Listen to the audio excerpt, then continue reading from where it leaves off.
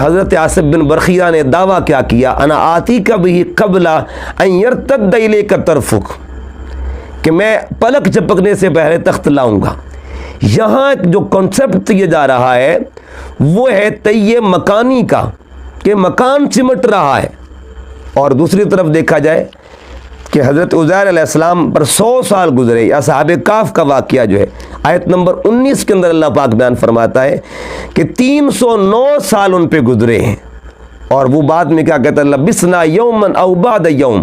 اسی طرح عزیر علیہ السلام کا واقعہ دیکھیے، یہ تینوں واقعات جب ہم جمع کرتے ہیں تو ٹائم اور ٹریولنگ کا جو کنسپٹ ہے، یا طیہ زمانی اور طیہ مکانی کا جو کنسپٹ ہے، اسپیس اینڈ ٹائم کا جو کنسپٹ ہے، یعنی آئنسٹائن تو ابھی کل تھیوری پیش کر رہا ہے، قرآن مجید نے وہ تصورات پہلے عطا فرما دیے تھے، جس میں روشنی کی رفتار، یہ ساری باتیں آ جاتی ہیں۔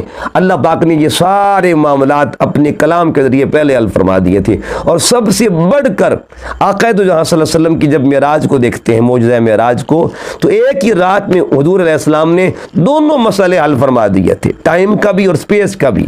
آقا علیہ السلام نے ایک ہی رات میں دونوں مسائل حل کر دیے، یعنی وہ تھیوری جو آئنسٹائن بعد میں پیش کر رہا ہے، آقا علیہ السلام نے اس کا تصور پہلے ہی دے دیا تھا۔ ادھر قرآن نے تصور دے دیا، ادھر آقا علیہ السلام کے معجزے نے تصور دے دیا۔